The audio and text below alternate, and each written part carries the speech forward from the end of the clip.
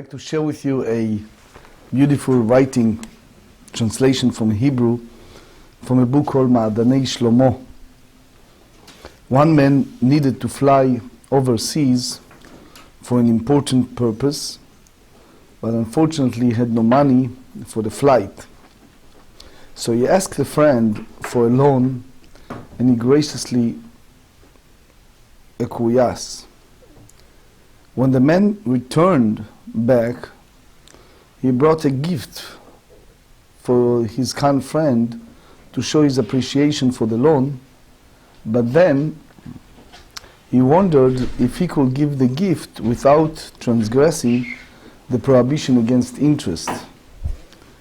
Our sages forbade all sorts of things that appear to be interest. Maybe a gift will also qualify. So he decided to ask a prominent posek, a rabbi, about this, and the rabbi and the teacher, Shlomo Zalman Auerbach, ruled it is forbidden to give a gift to a lender while one repays him a loan. After he repays the loan, one may give a gift. So a person must be careful not to mention the loan in any way. However, since he wants to show his appreciation in this matter, so therefore they can do it later. Is a borrower free of a natural feeling of appreciation of good, akarat tov, to the person who lent him the money? So more details in this beautiful book called Ma'adanei Shlomo. It's about the late Reb Shlomo Zalman Auerbach. Today we're going to continue the Hilchot Halva'ah Beribi, the law of lending and borrowers. The Gemarrah later tells that there are many partners in this, which is the lender, the borrower, many times the co-signer, the guarantor. So we're going to learn the Dinei Arevut. There are different forms of guarantor. There is a regular guarantor, there is a concept called Arev Kablan. There is another concept that it's called Shlof Dutz, which is almost a substitute for a borrowing institution. We're also going to learn in Mitzvah Shem the law of convert, especially when it's come to doing this type of things such as lending and borrowing. We would like to start page 70b, 11 lines from the bottom of the page. The pasuk in Mishlei, the Proverbs, chapter 28, verse 8 said, Marbe hono beneshech vetarbit lecholen dalim yikbetzenu. So the lucid translation is that he who impugement his substance by interest and increase gathered it for him, has pity on the poor. So the rabbis explained to us that even you're allowed to lend money to idolater, it's also lending money, it's not a blessing. Mai lechonen dalim, amarav kegon Shavur Malka. It was the name of the Persian king by the name of Shavur, that he imposed upon our people heavy taxes, and that money he used to give to others, poor people. So אמר רב נחמן, אמר לי הונה לא צריכה אלא דאפילו ריבית דעובדי כוכבים, even when it's come to a interest of idolater, it's not a blessing. So in short, lending money, the rabbis have nothing nice to say. הייתי ברבא לרב נחמן, לנוכרי תשיך, מהי תשיך? לאו תישוך? What exactly the Torah meant that you're allowed to lend money from idolater? So they said, lo tashich, that you give him money with interest. So they said, lo sagei de lav hachei, is it not sufficient without this? So the idea is, can the pasuk actually require Jews to borrow money from an idolater and pay him an interest? Cannot be. So the Gemara answers, it does not mean that borrowing money with interest is a mitzvah. Rather, the pasuk mentions paying interest to an idolater in order to exclude your brother. So that's the idea. Lapuki achicha dela. So, because when the Torah used the term lanochri, titen neshech, it either you can give him money and charge him an interest, or you have to charge him an interest. Tosfot go in a different way. So the Gemara asks, achicha, behedya katav bei uleachicha lo tashich. So they said, לעבור עליו, בעשה ולא תעשה. So if someone does that, he is in two violations. One is a positive, one is negative. So the idea is that if he lend money to a fellow Jew, obviously there is two violations. Tosfot said that anything that's written in the Torah, leheter, that is allowed, the sages are not prohibited. That's basically the view of Taz. Eitivei, lovin mehen umalvin otam beribit וכן בגר תושב. Rava raised an objection to this statement of Rav Nachman based on another difficulty in the Mishnah. One may borrow money from them and one may lend money to them with interest. The same applies to ger toshav. So it means that the Mishnah allows a person to lend money to an idolater with interest. Amar Rav Chia בר Ravuna lo nitzrecha. He said that this ruling in the Mishnah is necessary only ela, the pasuk in Mishlei, the Proverbs, chapter 28, verse 8 said, מרבה הונו בנשך ותרבית לחולן דלים יקבצנו. So the lucid translation is that he who impugned his substance by interest and increase gathered it for him has pity on the poor. So the rabbis explained to us that even you are allowed to lend money to idolater, it's also lending money, it's not a blessing. Mai lechonen dalim, amarav kegon shavur malka. It was the name of the Persian king by the name of Shavur, that he imposed upon our people heavy taxes, and that money he used to give to others, poor people. So אמר רב נחמן, אמר לי הונה לא צריכה אלא דאפילו ריבית דעובדי כוכבים, even when it's come to a interest of idolater, it's not a blessing. So in short, lending money, the rabbis have nothing nice to say. הייתי ברבא לרב נחמן, לנוכרי תשיך, מהי תשיך? לאו תישוך? What exactly the Torah meant that you're allowed to lend money from idolater? So it said, לא תשיך, that you give him money with interest. So it said, לא סגי דלאו אחרי, is it not sufficient without this? So the idea is, can the pasuk actually require Jews to borrow money from an idolater and pay him an interest? Cannot be. So the Gemara answers, it does not mean that borrowing money with interest is a mitzvah. Rather, the pasuk mentions paying interest to an idolater in order to exclude your brother. So that's the idea. Lapuki achicha dela. So, because when the Torah used the term lanochri, titen neshech, it either you can give him money and charge him an interest, or you have to charge him an interest. Tosfot go in a different way. So the Gemara asks, achicha, behedya katav bei uleachicha lo tashich. So they said, לעבור עליו, בעשה ולא תעשה. So if someone does that, he is in two violations. One is a positive, one is negative. So the idea is that if he lend money to a fellow Jew, obviously there is two violations. Tosfot said that anything that's written in the Torah, leheter, that is allowed, the sages do not prohibit it. That's basically the view of Taz. eitivei, לובין מהן ומלבין אותם בריבית וכן בגר תושב. Rava raised an objection to this statement of Rav Nachman based on another difficulty in the Mishnah.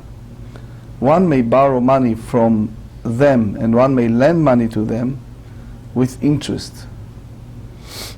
The same applies to ger toshav.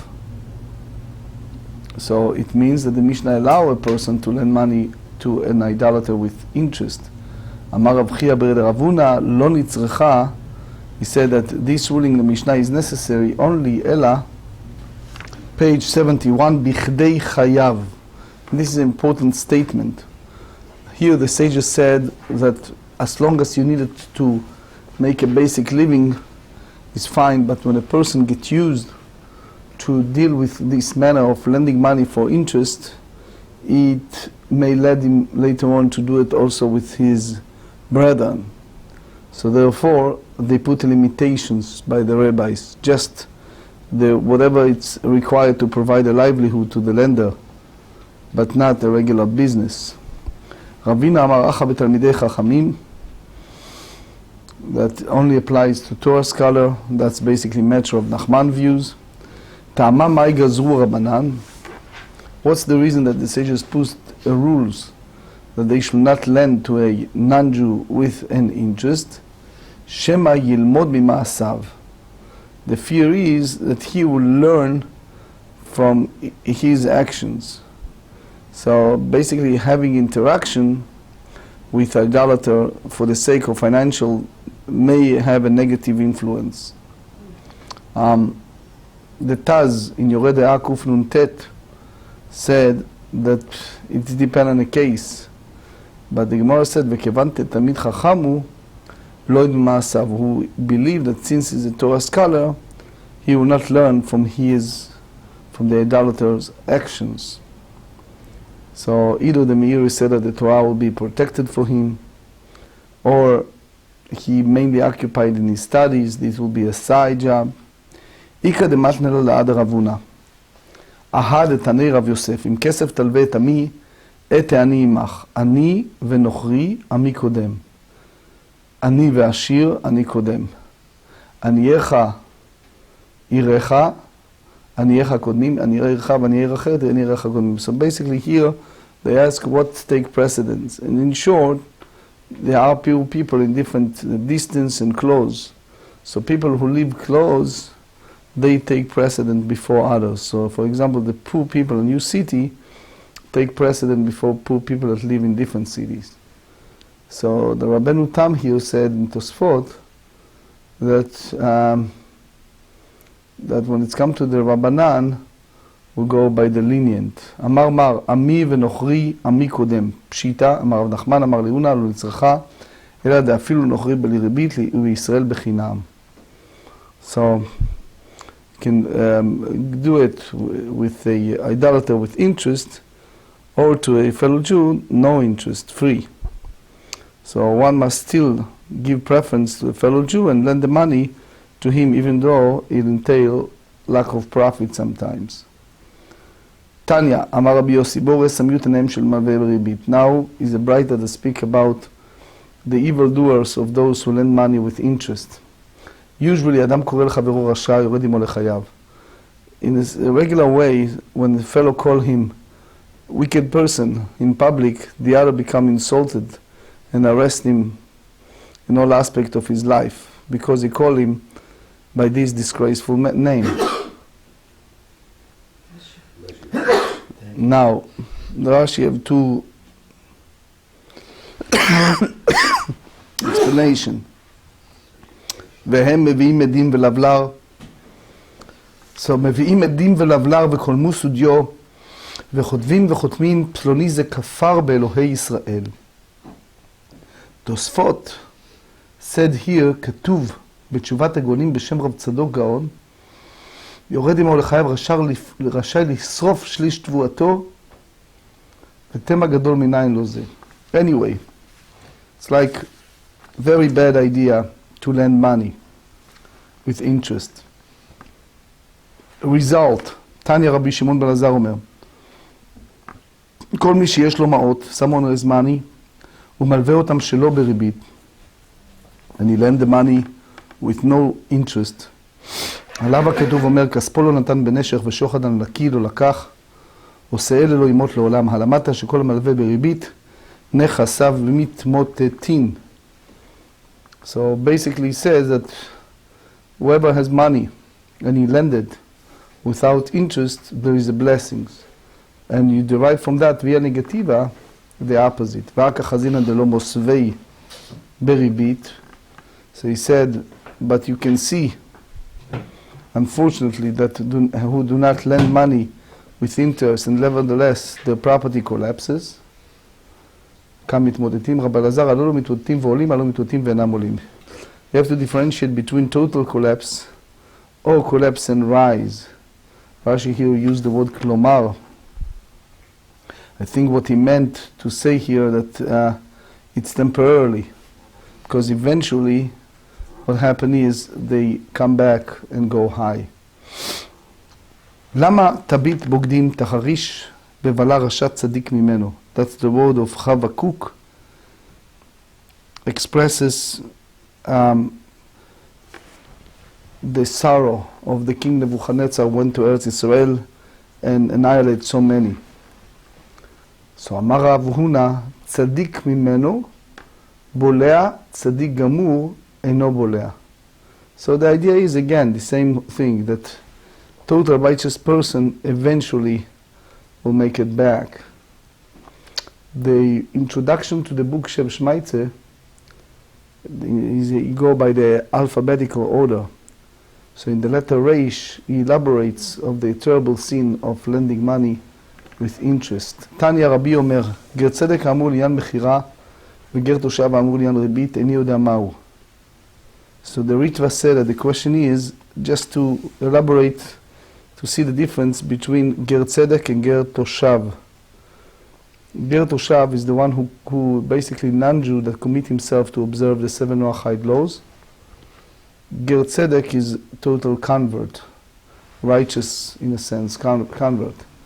גר צדק האמור לעניין מחירה, דכתיב וכי ימוך אחיך ונמכר לך ולא לך, אלא לגר, שנאמר לגר, ולא לגר צדק, אלא לגר תושב, שנאמר לגר תושב. משפחת גר זה הנוכרי, כשהוא אומר או לעקר זה הנמכר לעבודת כוכבים עצמה. So it means that the regular fellow Jew can be sell to a ger tzedek as a regular Hebrew servant.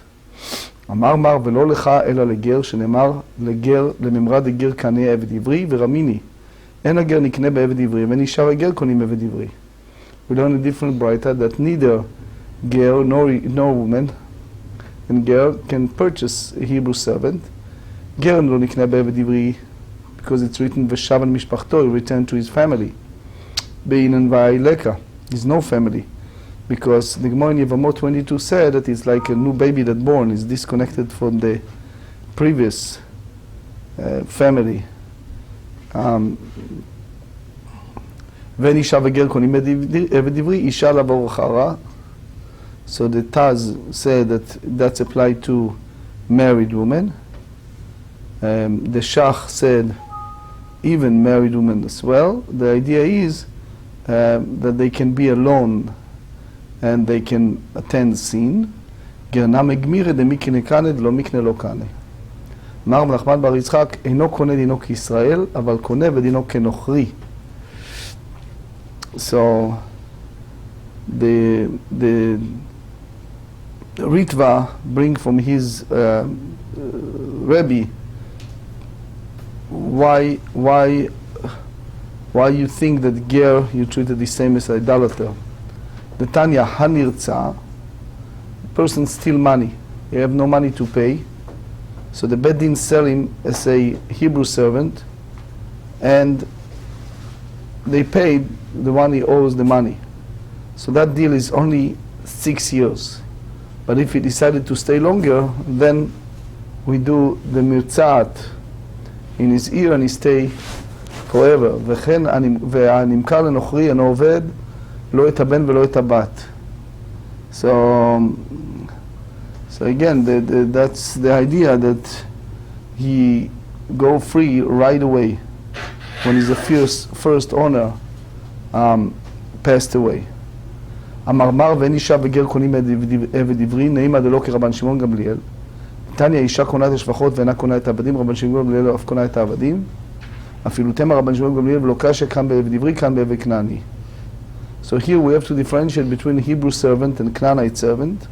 עבד עברי צניע לי, עבד כנעני פריץ לי. So this is the whole philosophical thought between the rabbis. They feel that the Hebrew servant, there is a concern that they attend sin, versus Knaani, he'll go and tell everybody. אלא הדתן רב יוסף על מלטה לא תרי כלבה ולא תשתה בר ברב באושפיזה. So here's the idea that she should not raise dog, and again not to תשתרי ברב באושפיזה. She may not allow a student of Torah to dwell in a larger at her home. אמרי אינשם משום מומצא דשדר ליהודי מסריך. So they said, because people will say,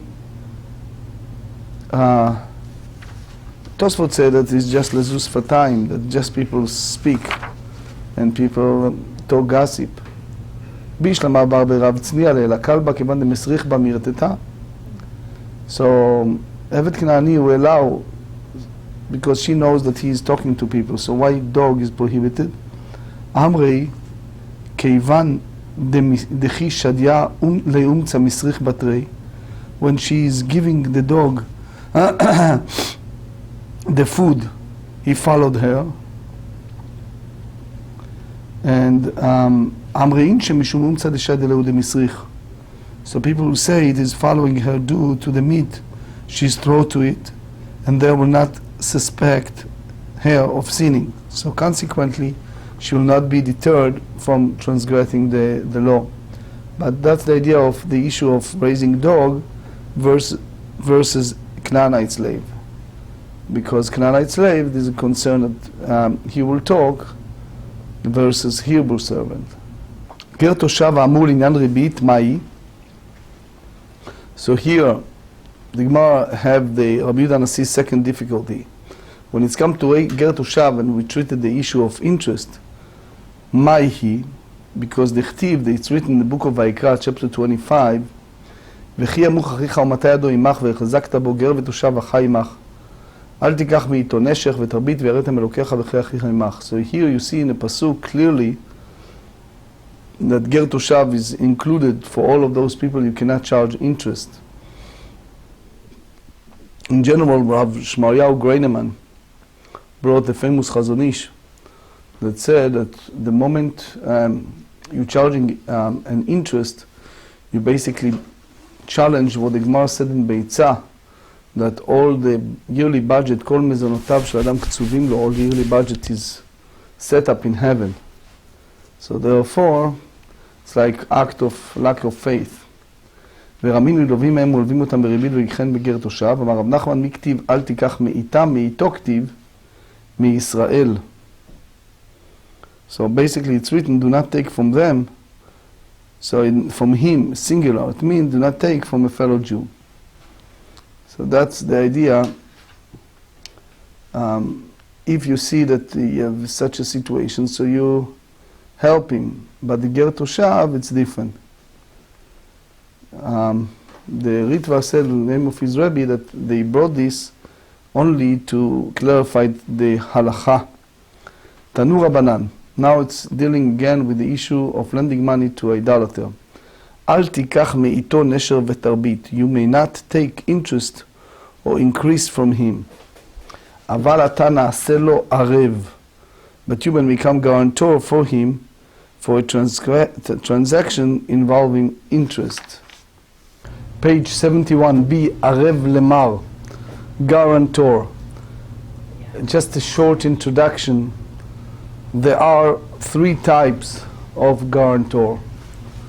There is a basic guarantor, just a regular fellow that is sign-up guarantor. The lender cannot collect the money from the guarantor, basically if the borrower did not pay the lender goes after the borrower, and if the borrower does not pay, and is no way that he collects from the borrower estate, then and only then he goes to the guarantor. That's called Arev Stam, a regular type of guarantor. Second category, we learn it, if you remember, in Tractate Bava, page 109b. Over there we learn that if you have a guarantor that commit himself to the lending institution, that in a way he is the borrower. Why is that? It can be many circumstances that the lender refused to give the money to certain people, and as a result the guarantor said to the lender, go after me if he's not paying you, I'm the one who guarantee, and if it's an issue you come to me. So therefore, if there are issues later on, the lender can go after the guarantor, and the guarantor needs to go after the borrower. The third one, which we talk here, it's called Arev Kablan. Arev Kablan meaning someone who's in between. He is guarantor, but guarantor in part, which is the lender can access first from him or from the borrower, either way. And none of them, meaning the borrower and or the guarantor, can throw the case and send it to the other. So he basically, Arev Kablan, the lender have a choice between the two. So now the Gemara asks a question. Arev Leman. So you may become a guarantor for whom? Ileima Arev Israel. If you say that it means that the guarantor for a fellow Jew who lends money to another Jew with interest, that's difficult. V'hatnan, we learn, page 75, Elu ovrim belo ta'aseh. These are the list of people who are in a violation of the negative Torah law by lending money with interest. Hamalveh, the lender, V'haloveh, the borrower, Ha'arev is the guarantor, V'ha'edim, ha'edim is the witnesses. So it is prohibited to serve as a guarantor for such a loan. So the Gemara said, V'kevan de dinei denochri de azil batar arva, since in a non-Jewish secular court they usually go, that the lender goes after the guarantor and he collect from him the loan, meaning he's not go first to the borrower, he goes straight to the guarantor.